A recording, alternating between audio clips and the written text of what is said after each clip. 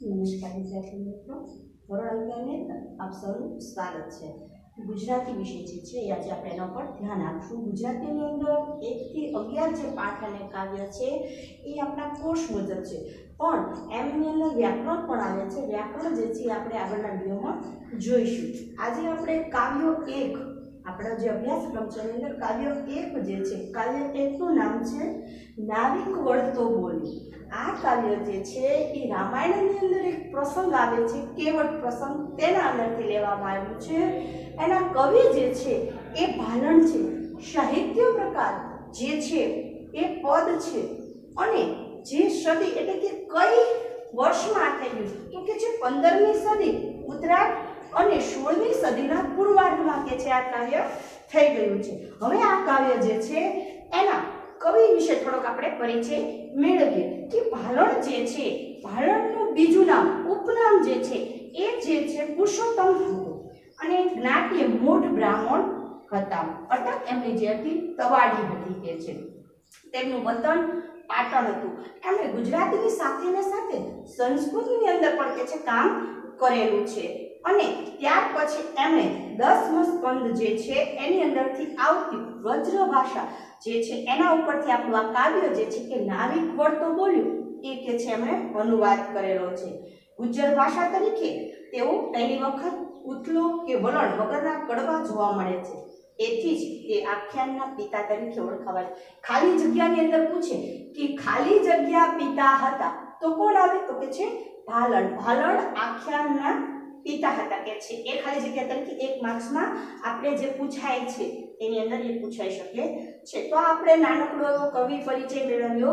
ત્યાર પછી હવે આપણે કાવ્યની થોડીક સમજૂતી મેળવી લઈએ છે।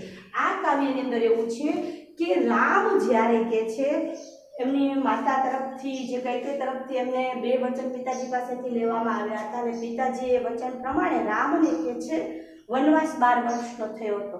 એ વનવાસ દરમિયાન રામની સાથે લક્ષ્મણ અને સીતાજી પણ જાય છે, પણ વચ્ચે અયોધ્યા પાર કરતા એક સરયુ નદી આવે છે। હવે સરયુ નદી સુધી એમના જે ગુરુ હતા વિશ્વામિત્ર એ સાથે જાય છે રામ, લક્ષ્મણ અને સીતાજીને એ નદી પાર કરાવવા માટે કે છે, અને વિશ્વામિત્ર પણ એમની સાથે ગયા।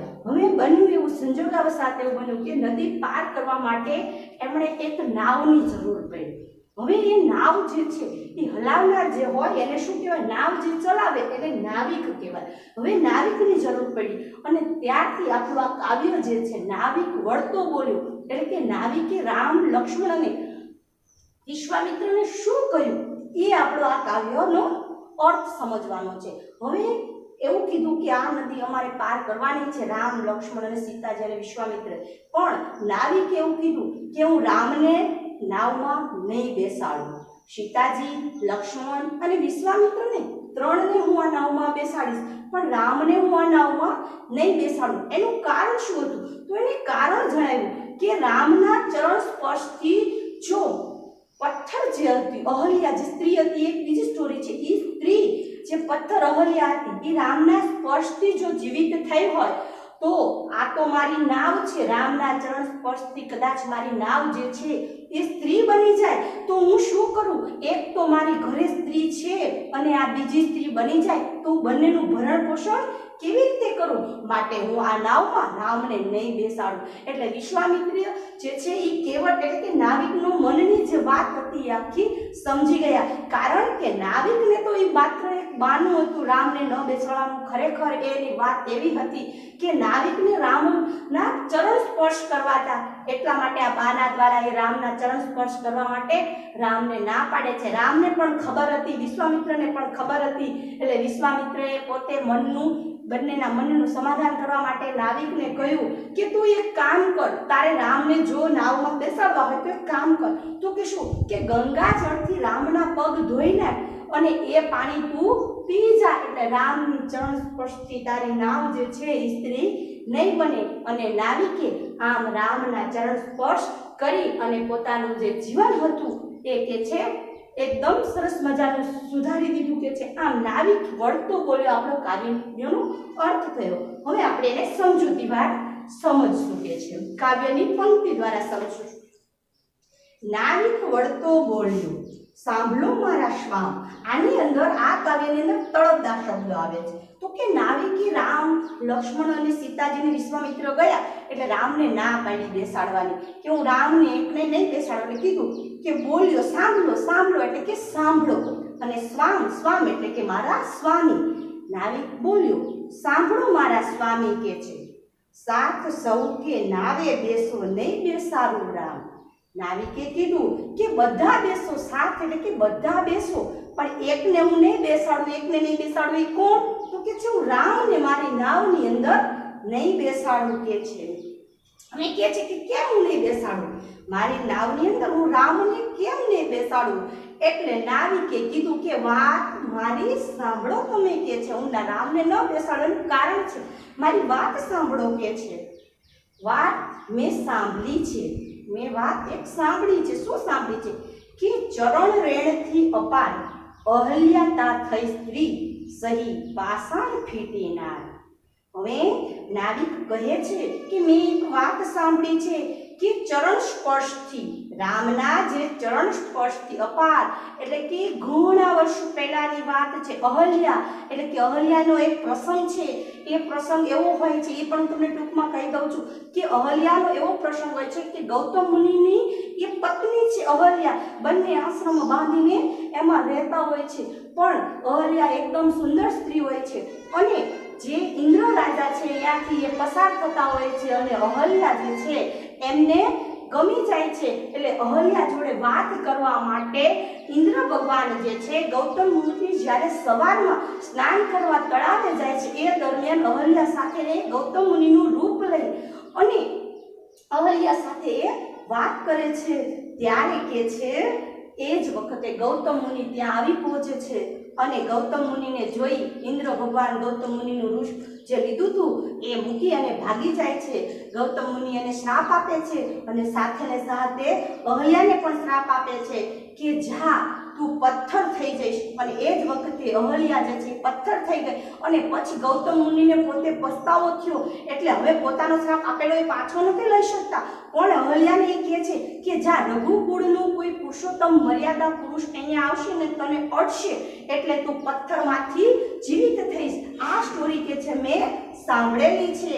એટલે અહલ્યા જ્યારે રામ ત્યાં ગયા હતા સીતાજીને ગોતવા માટે ત્યારે એ અચાનક એ આશ્રમમાં આવી ચડે છે ને અહલ્યા જે છે પથ્થરમાંથી સ્ત્રી થઈ ગઈ હતી. આ વાત કે છે મેં સાંભળેલી છે કે છે.